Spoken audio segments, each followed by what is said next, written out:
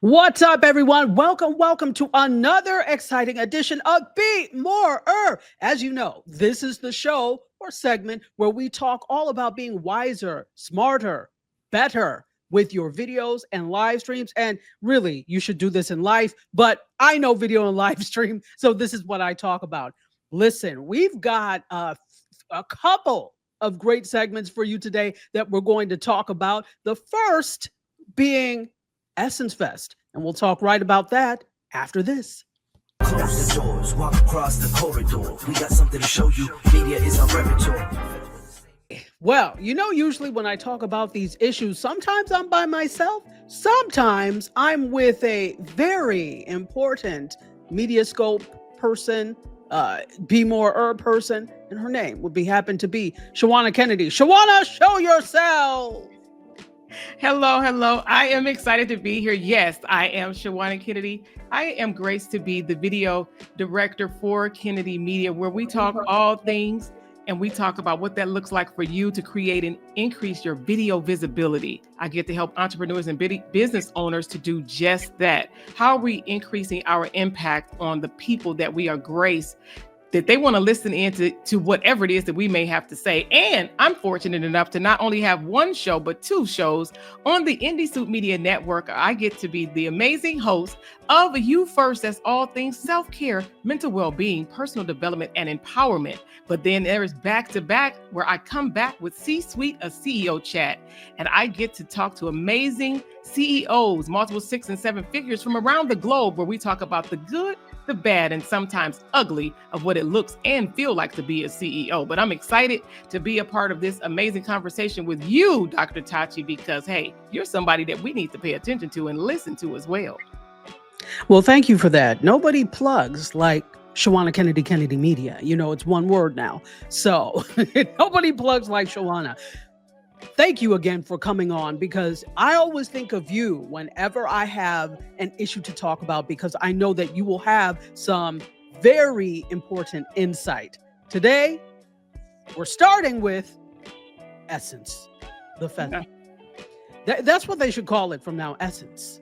Or the festival. I think it has more mystique, and they may need to rebrand themselves anyway after what has happened recently. So let me give you a little bit of intel about what has happened with the Essence Festival. That was I think it's been 2 weeks ago now that Essence Festival took place in New Orleans. It takes place every year. They started in I keep messing up. I can't remember 97 or 99, but it started in the late 90s. And it has been a mainstay for the city of New Orleans. People fly in from all over. It brings in millions of dollars to the New Orleans economy. And it is apparently the place to be. I have never been. I don't know if you've been, Shawanna. No, I have not had the opportunity, but when we look and we listen, because I do kind of keep my ear in and know folks who have not only attended, but they're also been vendors. So having to have that conversation, it gives you more of an actual insight and sometimes a look behind the scenes of what's really going on there. Yeah. Absolutely. So this is the thing that I noticed, and I've noticed all over social media. Some people were saying that this year's Essence Festival felt different. And I'm like, well, how did it feel different? Full disclosure, neither one of us were there this year. So when we're speaking about this from a media perspective, from a marketing perspective, from a social media perspective, because we were not boots on the ground. However, we're compiling all the things that we've seen to make an assessment. Okay. So before you get in the comments with nonsense, let me just say that there, because it won't be tolerated here. It won't. So we want to let you know and be fully transparent in terms of what we know.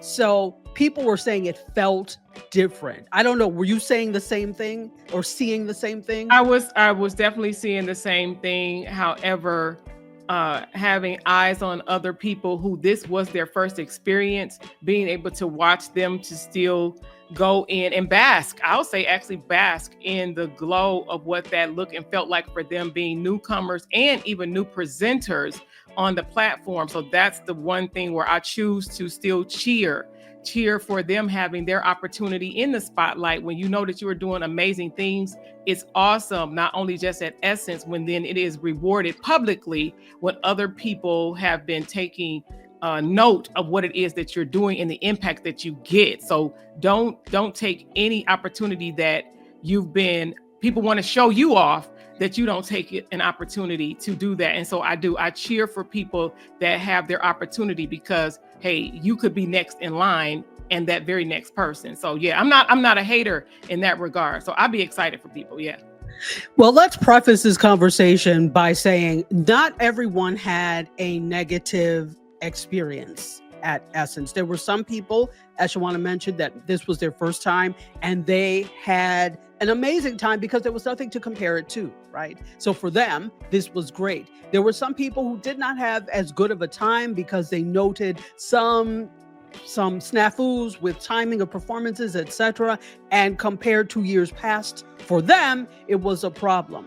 Here is where I look at all of this and I'm like, really, this is the best we can deliberate upon with everything that's going on. So let's take it back a little bit so that the audience has a little bit of history. Essence at one point was no longer Black owned. It had fallen into the hand or was acquired by a company that was not Black owned. Now, I'll put below, but I can't remember if it was venture capital. I honestly believe that is who it was. Yes. Okay, so we'll put that there. So I believe it was venture capital, as Shawanna says, and I believe her that acquired it. So it was no longer Black owned at a point. So then in 2018, it was became acquired again under Black ownership. Now I think I'm going to mess his name up. I think it's Richelieu Dennis. I'm not going to touch it. Yes, so I will put his name at the bottom, and I apologize if I'm butchering your name. Now, he is of Sierra Leonean not parentage, but grandparentage, right? So he's second generation. And if I'm mistaken, I'm going to put a note at the bottom so that we have this. So the thing is that he is Black, but his parent or his heritage is directly from Africa. It's continental African. So he acquired it. His company acquired it, which means, well, they acquired Essence, right? Or Essence Holdings, which is the magazine, which is also Essence Festival. So since 2018, this has been owned by that company, right? And I don't recall any issues per se then. Mind you, same ownership. But for some reason, the conversation has turned to the fact that, oh, he's not African American, that Essence Fest is supposed to be a celebration of African American culture, and they were trying too hard to include the African in this. Well, first of all, you know I'm about to say something when I say first of all. First of all, that's part of the problem we have. The delineation between who is a continental African, who is a Caribbean African, and who is African American. All Africans, okay? Let's be clear there. So now this is yet another division or a divisive tool to separate. And so you see a lot of banter on social media about this from people who may have been there, but then people who did not go and have no business speaking on things. And some people that I'm disappointed in because they have very large followings on YouTube, on Instagram. And when they say something, people tend to listen. So lesson number one out of this is, if you have a platform, please research and be clear on what you're saying before you spew it to the public, because chances are they will believe you if you have a large following. So one particular individual has a very large following on YouTube, and she didn't even bother to get the place that he was from right. She was like, I think he's Nigerian or something like that.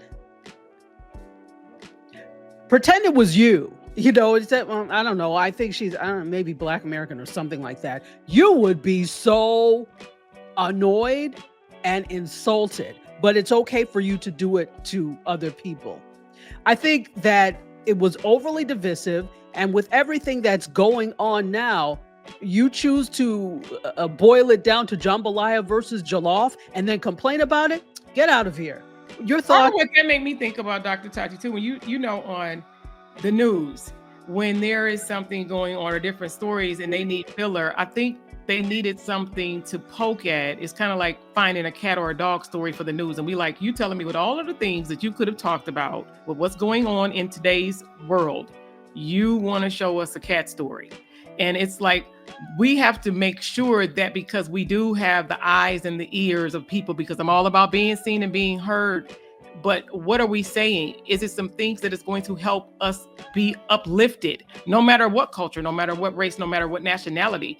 It's like, how can we help? How can we be a part of the solution instead of actually adding fuel to the fire where there's really honestly no need to do that?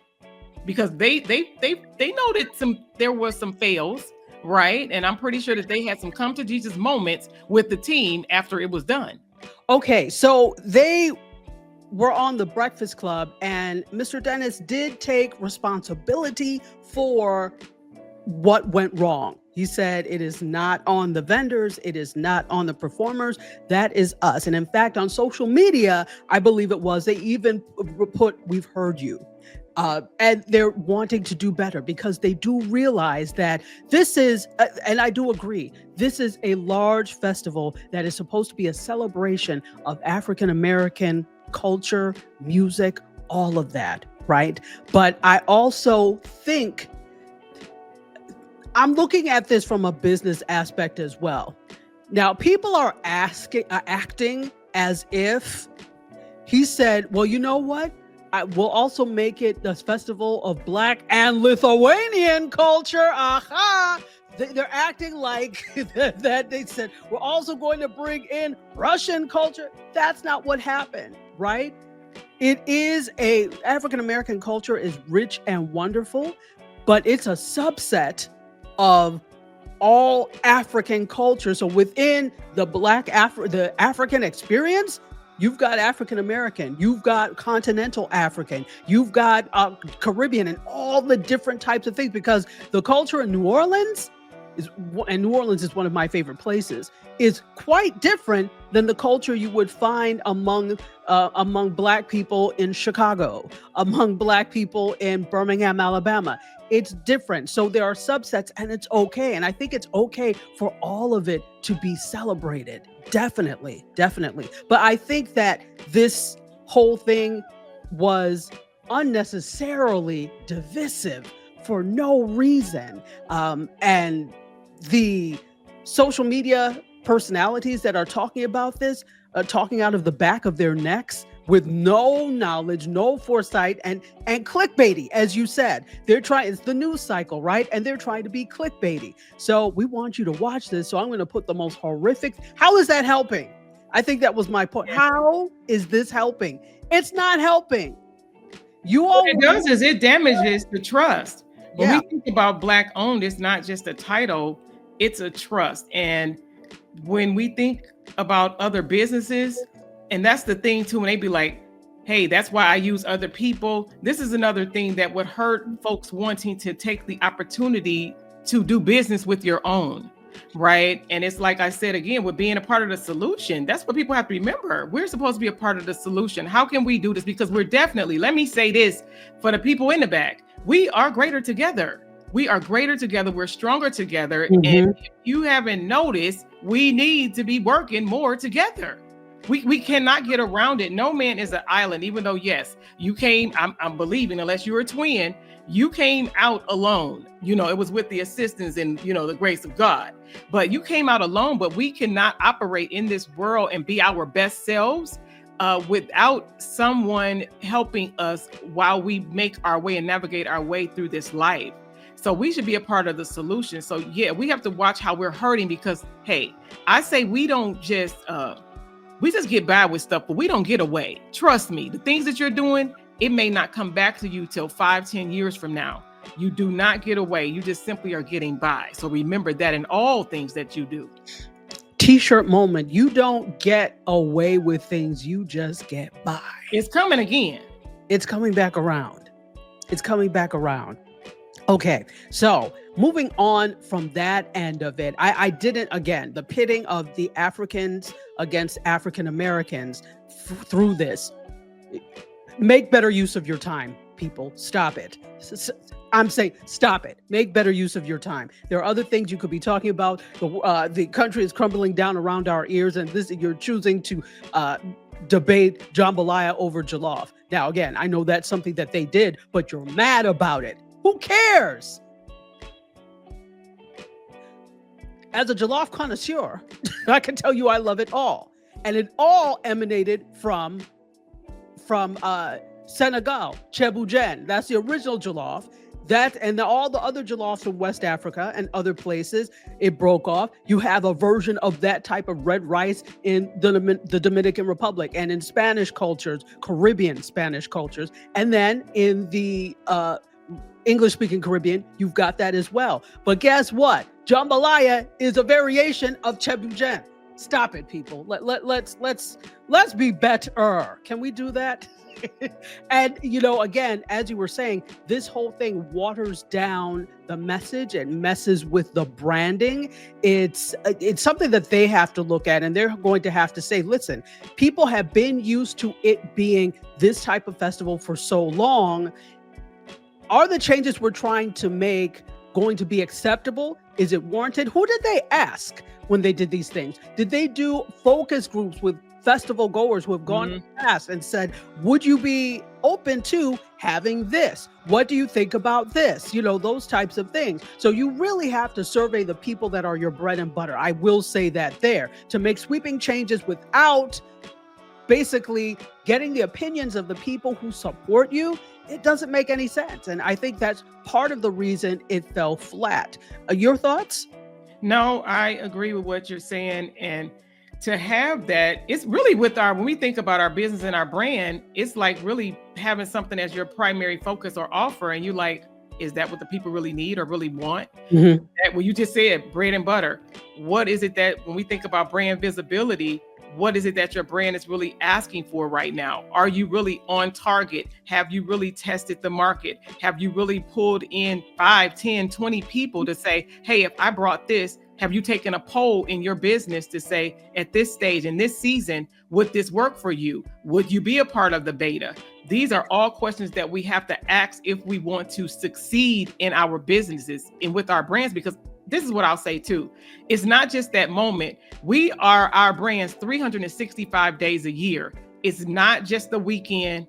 It's not just that one day. It's not when you're just doing a webinar. You are your brand. And that's why I do appreciate vulnerability. I do appreciate people allowing us to have access to watch them along their journeys, because then you can't appreciate when you see, hey, a background update. You see some things that are leveling up, and you could say, I remember when, in a good way, and say they've come a long way. Can people say that about your business, your brand? If you're thinking about it, these are things that you need to have that checklist to say, am I in tune with my people? Is this what they want? And it's not just what feel good to me.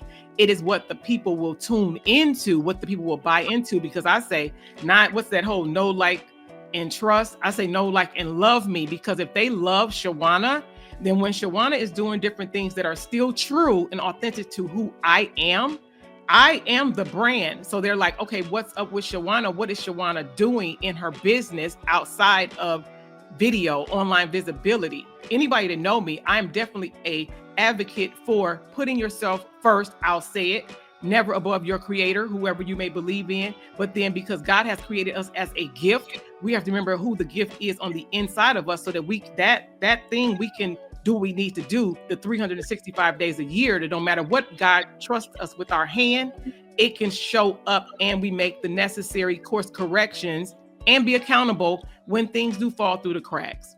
Yeah. And I think that's what he was attempting to do by going on the Breakfast Club and letting people know, okay, we failed in some way, shape, or form. This is not the first time a brand has had issues with things. Let's go all the way back. Remember, like when we were little and stuff, classic Coke versus Coke. What was it? They had classic Coke and then they had the new Coke, right? And they changed the formula. And people were like, if you don't go back into the kitchen and put Coke the way it was. Right. This is like even now, they still try the different flavors, but they do it for a limited time, and they actually do it in limited areas. They don't just push it out. So we have to be mindful of that. You have to be mindful. You have to be mindful. So they have the original Coca-Cola, right? And then they'll add flavors. They have the vanilla Coke. They have the Coke with lime. They have cherry, right? Cherry Coke. They've got all sorts of different things. And even if you go to some places, they have the machines that have different types of Coke, right? The different flavors you can add. But they always still have the classic Coke. The failure that they had was that they changed everything. So there was no classic. There was no original. They said, we're just changing it to begin with. Well, who asked you? Who asked you to change it, stupid? Put it back. That's basically what people were like.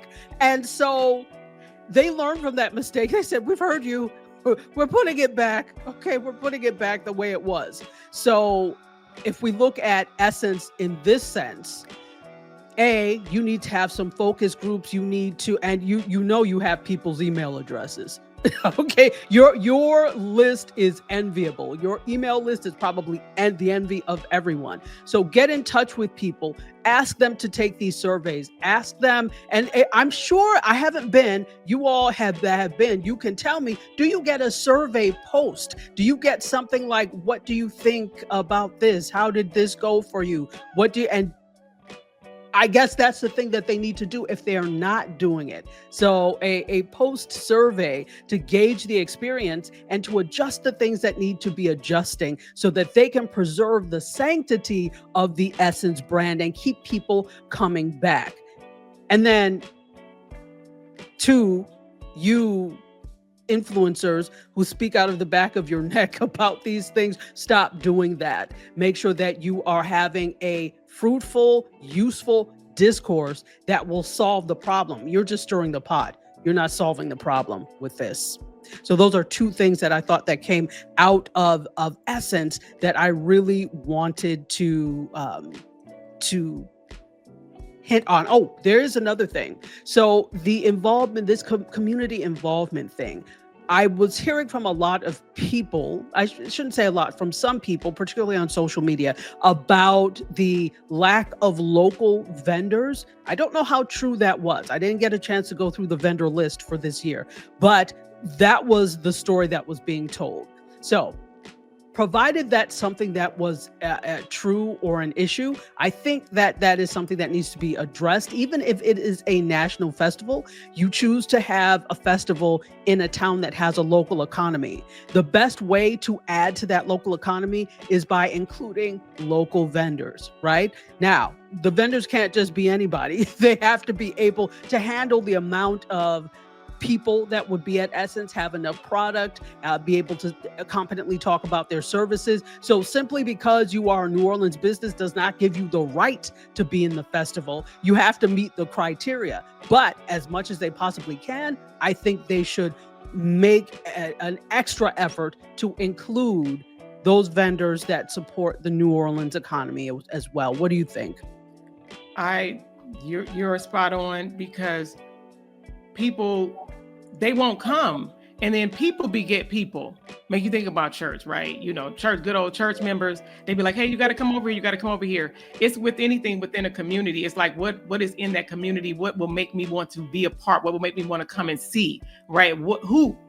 Perfect. You already know the other talk we're about to have. It make me want to talk about that. But however, it's, what are the people saying? What are those literal boots on the ground that's saying, no, you got to get here. If you live here, you really don't have an excuse. Make your way, come across town. What is the community saying that would really fuel that fire to say you got to be here, or make sure you want to be there next year? Because like I said, it's not just for a weekend. It's not just for a day. we work on the businesses and brands 365 days a year. Now they have got to do a lot of work to make sure whenever this comes back around for 2026 that they make that noise that was so bright a few weeks ago, that be a thing of the past. And you saying, no, I'm telling you, their marketing is going to have to be off the scale to get people to want to come to 2026. Not that they're not going to come. I don't mean that at all. Right. Yes, for the community, for the vendors to even say, let me submit. It's all of the things for the local economy right there to say, why would I want to be a part because of this one thing? Because some things can put a bad taste in people's mouths. And that's why you can go and spend years, 10, 20 years, just like you can have $1 million home and a penny match could burn it down. And so we have to remember that, what's that look and feel like in our businesses. Exactly. And it has to be worth it for me as a vendor. I vended for many years. Yeah, counting the cost. Count up the cost. Exactly. Counting up the cost. And it's not like I'm saying this and I haven't been at a major event. Twice I vended at the Tom Joyner family reunion, which is a major event as well. And so you have to make, as a vendor, you have to see whether or not this is going to be worth the whatever it is, $200, $1,000, whatever the cost may be for the event. It has to be worth it to you. And so as such, these organizations, you've got to, it can't just be, oh, well, we can make money by offering vendor space. You have to make it fruitful. It has to, it can't just be about the promise of people that will be there, or as many people that will be there. How many other people are doing what you do, right? So that could be a good thing if you have a lot. It could be a bad thing if you have a lot. Are the people that are coming going to be receptive? Because one thing I know with, for example, the Tom Joyner family reunion, people were coming to, because it was in Orlando, they were coming to go to Disney and to partake in those types of things. Like at the time they were doing, remember the live morning show, the Sky Show that they used to do? They did it live from Orlando. And so that was something that was a draw as well. People wanted to do that. What people weren't trying to do was carry a gold 7-foot elephant in their case. So if that's the type of thing you sell, that may not be the venue, or you need to see how can I adjust what I sell to meet that audience. And so as vendors, I think sometimes you have to look at that as well. Did you do your due diligence to make sure that this particular event is going to work for you and your business? Did you get your paperwork in on time so that they know that you're actually interested? Were you following up? Because again, we can put it on the organization, but there are so many people that want to vend at these events that sometimes something may slip through. I'm not making that as an excuse, but that's why you have to follow up and do your due diligence and make sure they know your name, because it's your brand.